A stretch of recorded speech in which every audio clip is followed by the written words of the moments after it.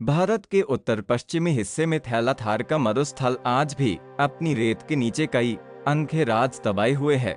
हजारों साल पुरानी एक ऐसी नदी जिसका उल्लेख हमारे प्राचीन वेदों में मिलता है, अचानक इतिहास के पन्नों से गायब कैसे हो गई।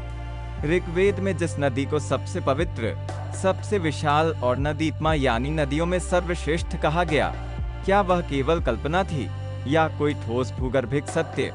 सदियों तक दुनिया इसे केवल एक पौराणिक गाथा मानती रही, लेकिन हाल के कुछ दशकों में विज्ञान ने जो प्रमाण जुटाए हैं वे हमें चौंकाने के लिए काफी हैं।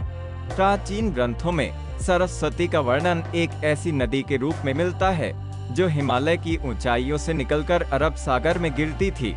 यह नदी केवल पानी का स्रोत नहीं थी, बल्कि इसी के तटों पर सिंधु घाटी सभ्यता के कई महत्वपूर्ण केंद्र पनपे थे। राखी गढ़ी से लेकर कालीबंगा तक जो नगर हमें आज सूखे इलाकों में मिलते हैं, वे कभी इस विशाल जलधारा के किनारे बसे फलते फूलते महानगर हुआ करते थे। लेकिन फिर ऐसा क्या हुआ कि देखते ही देखते यह विशाल नदी लुप्त हो गई। इतिहासकारों और भूवैज्ञानिकों के बीच लंबे समय तक इसे लेकर विवाद रहा। कुछ इसे केवल एक रूपक मानते थे, तो कुछ का मानना था कि सरस्वती वास्तव में घग्घरा नदी तंत्र का ही प्राचीन नाम है। लेकिन 20वीं सदी के अंत में सैटेलाइट इमेजरी और भूगर्भीय सर्वे ने एक नई तस्वीर पेश की। अंतरिक्ष से लिए गए चित्रों में धरती के नीचे एक प्राचीन नदी का मार्ग स्पष्ट दिखाई दिया। यह कोई मामूली जलधारा नहीं थी, बल्कि इसकी चौड़ाई कहीं कहीं 10 किलोमीटर तक थी। वैज्ञानिकों ने जब इस क्षेत्र की मिट्टी और पत्थरों का विश्लेषण किया तो पता चला कि यह रास्ता किसी प्राकृतिक जल स्रोत का ही अवशेष है। अब सवाल यह था कि इतनी विशाल नदी आखिर सूखी कैसे? इसके पीछे किसी एक घटना का हाथ नहीं, बल्कि प्रकृति का एक बहुत बड़ा बदलाव जिम्मेदार था।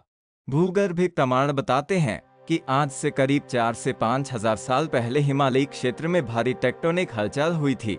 हिमालय के उत्थान और जमीन के खिसकने के कारण दो बड़ी नदियों सतलुज और यमुना ने अपना रास्ता बदल लिया।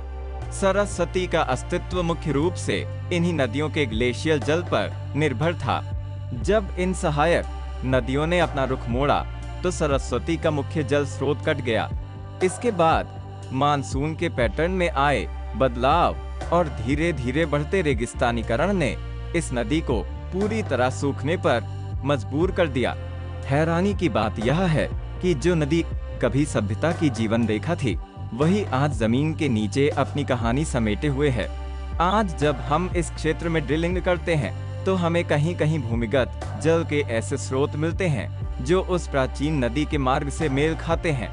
यही वह अनसुलझा रहस्य है जो हमें सोचने पर मजबूर करता है कि क्या आज की हमारी आधुनिक सभ्यता भी प्रकृति के ऐसे ही किसी बड़े बदलाव के सामने असहाय है।